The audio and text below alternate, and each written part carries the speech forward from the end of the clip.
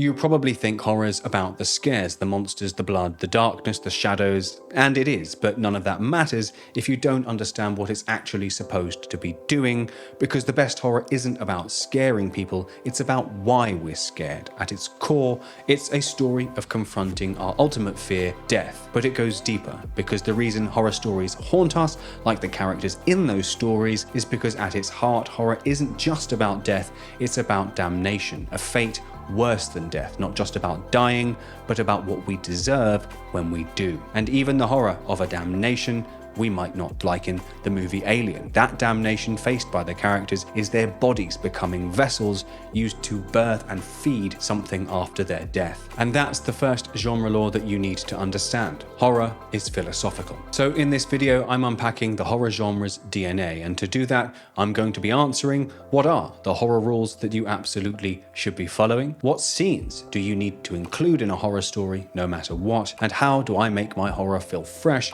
without disappointing the genre's fans. Robert McKee outlines three main horror subtypes. The first is uncanny, in which the threat is rational, like a killer, or an experiment gone wrong, like Michael Myers in Halloween, a human but beyond reason. In supernatural stories, the danger defies logic but still drives that damnation core, ghosts, demons, the paranormal like in The Exorcist or Midnight Mass. In ambiguous horror, we're unsure if the threat is real or psychological, like in Black Swan, where it blurs the lines between madness and reality. No matter the type, horror always features a monstrous force, and it's vital that this is something that cannot be reasoned with. The monsters often represent or evoke the guilt that haunts the protagonist about something they've done or been involved with in the past. A haunted house isn't just haunted, it's punishing its inhabitants for the sins of their past. A monster isn't just dangerous, it often represents something we've denied, ignored, or unleashed. It's a moral genre at its core, one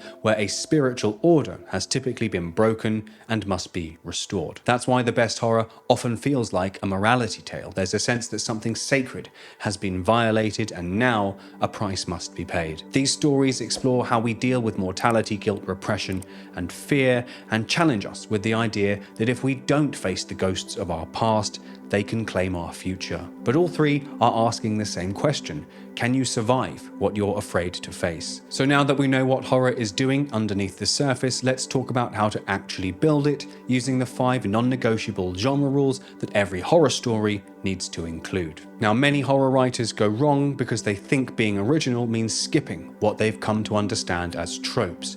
But what they're actually skipping are the key genre laws that make horror feel like horror. Because if we break these, then the story isn't going to matter, and therefore the scares aren't going to hit in the same way. So the first thing to include is obviously the monster. Every horror story needs one, but it's usually not just a creature or killer, it's used as a metaphor or catalyst for forcing protagonists' introspection. A great monster is often an embodiment of something the protagonist, and through them the audience, is going to deeply fear. Repression, guilt, shame, grief, addiction, the monsters that last are never just scary, they're meaningful, and that meaning comes from or through what they force the protagonist to face about themselves. The Babadook is terrifying not just because of how it looks, but because it is Amelia's grief invading her life and threatening her child. In Jaws, the shark forces Brody to face his initial inability to take direct responsibility. In Alien, the monsters are an implacable tool of a cosmic judgment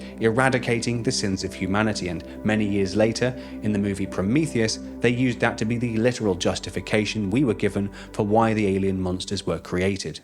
Ask him what's in his cargo. It killed his people. Sure. Enough. David. You made it here, and it was meant for us. Why? Sure, enough. For God's sake, shut her up. Was it? I need to know why. What did we do wrong? Why do you hate us?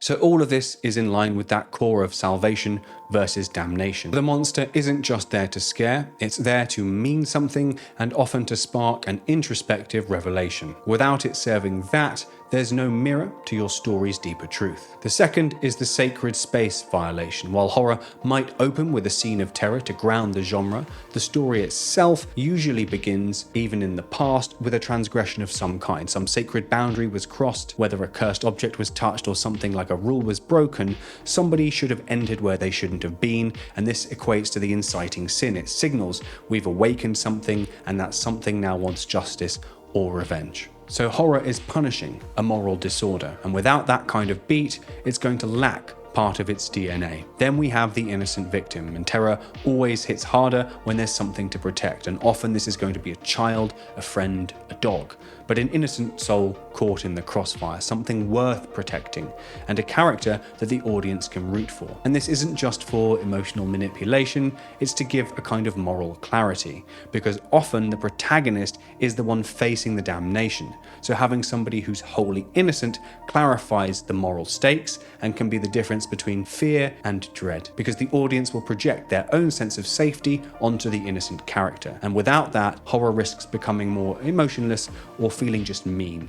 But with one, it can become that moral battleground and force the protagonist into moral dilemmas. Next, we have the ritual confrontation, and horror stories often end with some kind of symbolic confrontation. And that can mean the obvious things like exorcisms, cleansing, sacrifices, but even if it's not a paranormal horror, the protagonist must confront the monster not just physically, but symbolically in some way in the story's climax, and that's because they're not just fighting to survive, right? They're fighting to restore some kind of spiritual or moral order. And this is pretty clear in paranormal horrors, but again, even in something like Jaws, because the monster is destroying the moral order of society by affronting our understanding of killing people that don't deserve it, and therefore that has to be rectified. And then we have the price paid. In horror, survival always comes at a cost and no one leaves untouched. So maybe it's a death, maybe it's innocence, maybe it's their soul, but horror always asks, what will you lose to survive this? And a good example is The Witch. Thomasin gains freedom at the price of her soul.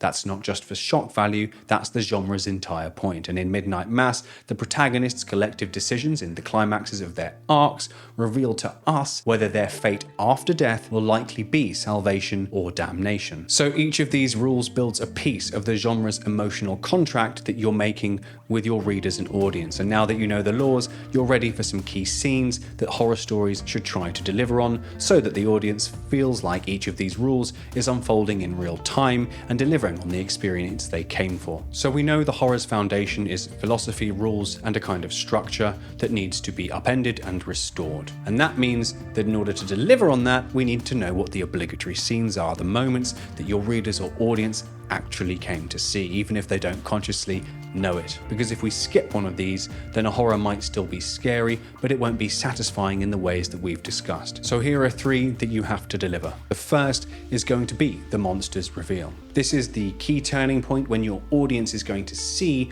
what they've been dreading. It doesn't have to be a single moment. In fact, it's often better if it escalates.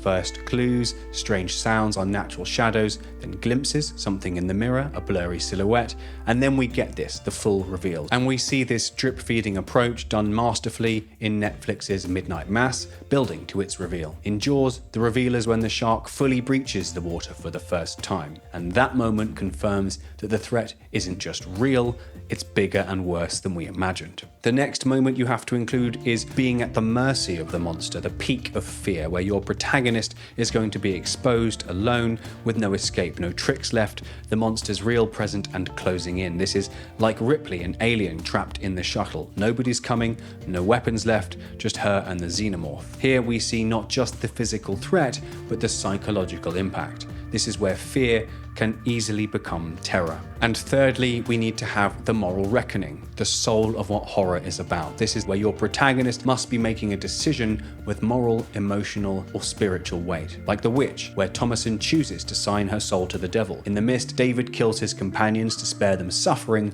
only to learn rescue was seconds away. In Midnight Mass, the protagonists choose death to stop a greater evil. These endings stay with us not because they're tragic, but because they felt earned with greater consequences. So this is about the cost of facing horror and surviving what it means. And if your story includes all 3 of those, the reveal, the confrontation, and the reckoning, then you're already on your way to delivering what the horror genre demands. So let's tackle the horror question that everybody gets stuck on. How do we keep a worn genre like horror feeling fresh without breaking any of its rules. You've seen how the monster has to mean something, how the sacred has to be violated in some way, and how the story's stakes need to have a cost that lingers. So don't try to reinvent horror by ignoring the rules, instead just find a way to personalize them. Anchor the scares, your monster, and moral decisions to something your protagonist fears internally as a way of expressing something the audience will fear too, and make that personal and painful. In The Babadook, the creature isn't fresh because it's unique, but because it grows from the character's grief. In Hereditary, the supernatural horror only hits because the family's already fractured by loss and trauma, so horror feels fresh when it feels specific. Make the cost moral and emotional, and use the genre's bones, but dress them in your unique character and story skin. You now have a horror blueprint, but horror doesn't live in isolation, so if you want to build sustained pulse-pounding tension into your horror story, the thriller genre should be your next move. So watch my thriller deep dive here to learn how to weaponize dread. And if you want to go beyond horror or thriller's real-world dread, then that's where fantasy can come in, expanding the canvas of your horror into imaginary worlds. So watch my fantasy genre deep dive and learn how to build those worlds for stories where fear and wonder can collide.